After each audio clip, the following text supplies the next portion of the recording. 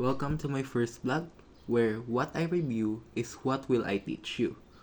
So first we have for the subject is Araling Panlipunan 9. We have for the lesson 1 is Economics as a Science. First, what is economics? Sabi dito, study of how people make choices to meet their needs and wants using limited resources. Ibig sabihin, ito yung nag-i-study kung ano bang gusto ng mga tao. Kung ano bang unahin nila, yung needs ba nila or yung wants, kasi mga resources natin ay limited, hindi unlimited. So we have what we call scarce resources. Ibig sabihin, ito yung mga not enough to satisfy everyone's needs. Ibig sabihin, kulang siya para ma-meet yung need ng isang tao. So ang examples natin dito ay land, capital, labor, saka entrepreneurship. Since ito ay mga in-demand and mahirap siyang makuha or iilan lang ang nakakakuha ng mga ganito. So ito nga sabi dito, it teaches us how to use these resources wisely. So ayun yon. Itong mga resources na nabanggit, ayan, tinuturo sa atin kung paano ba natin siya magagamit yung maximum capacity niya. Kung paano ba natin siya magagamit sa mga needs ba natin and sa wants, and paano natin siya magiging good resources. Next is we have the kinds of goods. We have two kinds, economic goods and free goods. Economic goods are things that have value or price, such as food, clothing, and shelter. Kasi, things that have value or price, hindi siya nabibili ng libre or hindi mo siya basta-basta nakukuha lang. Kailangan mong gumastos ng pera para ma-obtain tong 3 basic necessities natin. Yung next one naman is free goods. Man get it free in natural form. Meron tayong air, sunlight, and water. So baka may mag-isip sa inyo, ang water naman binabayaran kasi yung katulad nga sa mga bawat, ganon. Pero itong water na to is from nature itself. Ibig sabihin libre. Yung mga nanggaling sa mga businesses, ayun ay payment na siya. Ibig sabihin meron nang na-process doon at mga na-purify na siya. Itong tatlo na to is natural form. Hindi naman natin binibili itong hangin, itong sunlight, saka water. So, madali lang siyang ma-distinguish sa isa't isa. In short, yung economic goods may bayad, yung free goods walang bayad.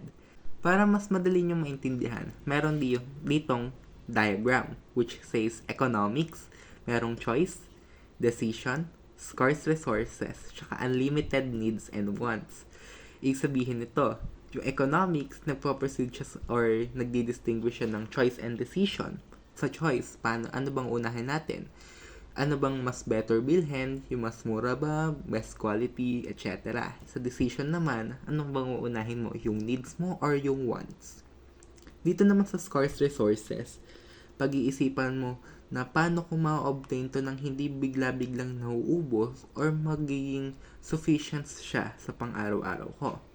And unlimited needs and wants. So, pag sa economics, pag nagkaroon ka na ng, let's say, financially stable, hindi naman siya dadating sa unlimited, pero let's say na parang unlimited na siya since hindi ka na masyado mamamroblema sa financial mo.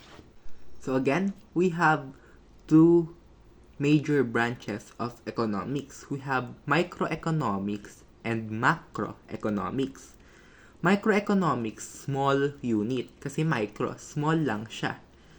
And it tackles individual behaviors of consumers, producers, and market.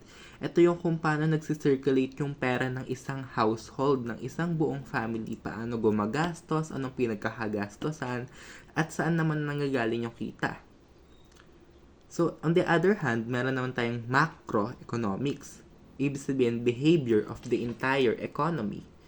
Focuses on the aggregate activities of the government, industry, and households. Ibig sabihin, itong macroeconomics, whole government. Ibig sabihin, gobyerno na yung nagmamanage dito yung mga industry natin, yung mga big like let's say na buong economy na ng isang bansa tong macroeconomics, dito na nagiging handle yung inflation rates, pagtaas ng bilihin, mga pagkukulang sa supplies. Ayan. Let's proceed sa historical backgrounds of economics. So, economics was known also as political economy. Dati daw, alam siya or called siya as political economy dahil siguro yung gobyerno mismo yung nag-handle nito. Wala pang control yung mga tao noon. Then, yung word na economics, nanggaling siya sa Greek word na oikos at nomos, which ibig sabihin na oikos ay house, ang nomos naman ay management. So, in short, ang economics ay ibig sabihin house management kasi minamanage niya yung isang kinakasakupan na economy ng isang bansa. On the other hand, or furthermore, meron tayong economists na tinatawag, yung mga nag-aaral ng economics. So, ito, study how individuals and society makes choices such as deciding how to use resources.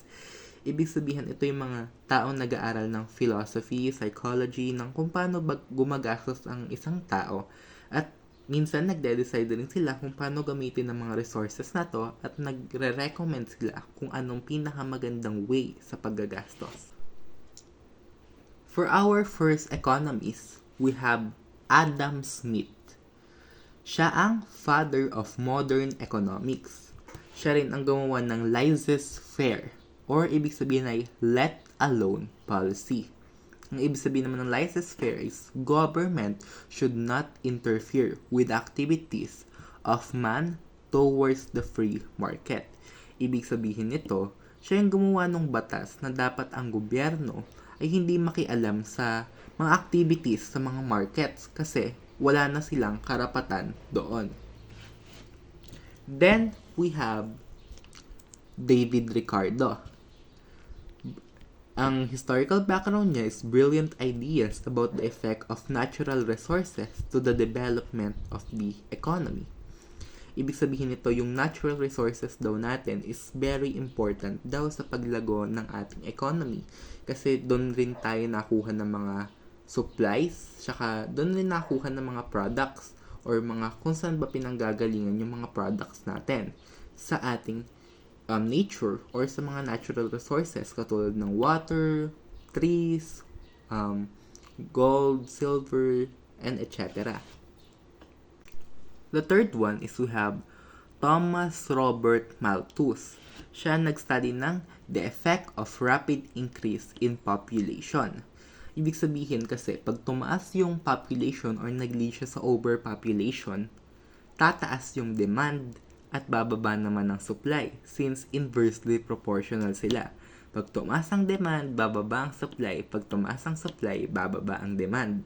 Also, siya rin na nag-discover or nag-create ng Malthusian theory na sinulat niya daw sa librong An Essay on the Principle of Population.